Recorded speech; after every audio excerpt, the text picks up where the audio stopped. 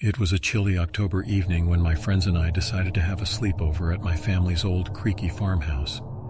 With Halloween just around the corner, we were in the mood for some scary stories and spooky fun. The house had been abandoned for years, and its reputation as a haunted place made it the perfect setting for our night of horror. As the sun dipped below the horizon, we gathered around a crackling fire in the living room, casting eerie shadows on the walls. Emily, Sarah, Mark, and I were all eager to share our most bone-chilling tales. Emily went first, recounting a story about a cursed doll that terrorized its owners. Sarah followed with a tale of a ghostly figure that haunted an old cemetery. Mark, always the jokester, tried to lighten the mood with a funny story, but the old house seemed to soak up every ounce of humor, leaving an unsettling atmosphere. Now it was my turn to share, and I had the perfect story up my sleeve. I had heard it from a family friend who had experienced something truly horrifying during a sleepover in a remote cabin. With everyone's eyes fixated on me, I began. It was a night much like this one, I started. A group of friends decided to have a sleepover in a cabin deep within the woods.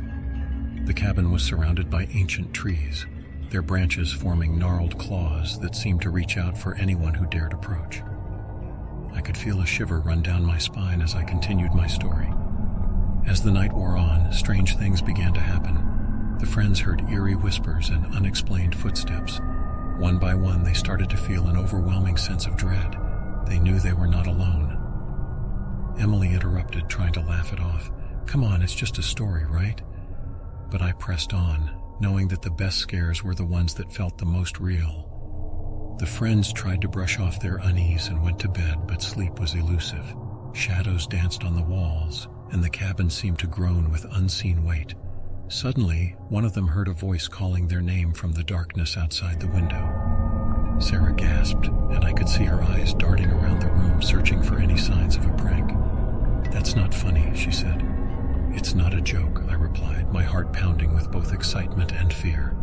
The voice grew louder and more insistent, and soon they could make out words, a chilling warning to leave the cabin before it was too late. Mark tried to be brave. "What happened next?" "They decided to leave, of course," I said, pausing for dramatic effect. But as they opened the cabin door, they were greeted by an otherworldly sight. A figure dressed in tattered clothing stood before them, its face hidden in the shadows of a hood. Frozen with terror, they couldn't move. "What did they do?" Emily asked, her eyes wide with anticipation. "They tried to reason with the figure, but it remained silent, only pointing deeper into the woods," I continued. As if in a trance, they followed its lead, stumbling through the darkness until they reached an ancient graveyard. The figure stopped in front of a weathered tombstone and pointed to a name etched into the stone. "Whose name was it?" Sarah asked, her curiosity getting the better of her fear. They gasped when they read the name. "It was one of their own," I said, lowering my voice for added effect. The figure then vanished into thin air, leaving them alone in the graveyard.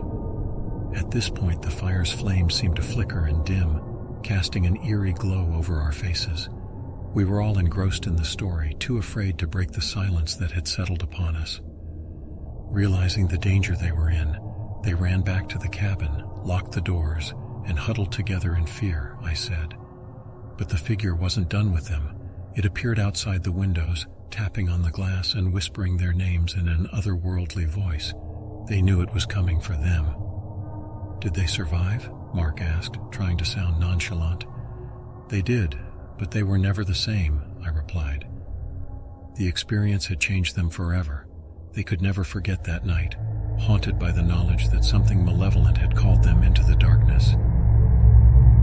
As I finished the story, the wind outside howled, and a chill settled into the room, as if the house itself was responding to the tale. We tried to laugh off our unease, but the atmosphere had shifted, and none of us felt quite as brave as we did at the beginning of the night. Deciding to call it a night, we settled into our sleeping bags, but sleep eluded me. I kept hearing whispers and creaks that sounded eerily similar to the ones in my story. I chalked it up to an overactive imagination, but then I noticed that my friends were tossing and turning as well. Just as I was about to drift off, I heard it, the sound of a faint voice calling my name from outside the window.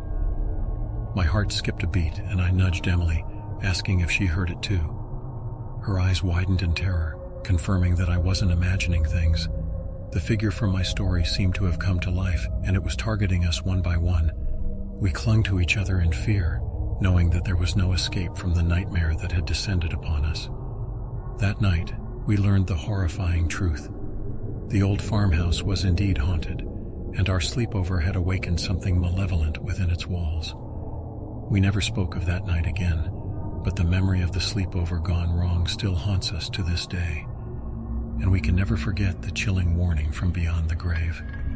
Never play with the unknown, for it may come to play with you.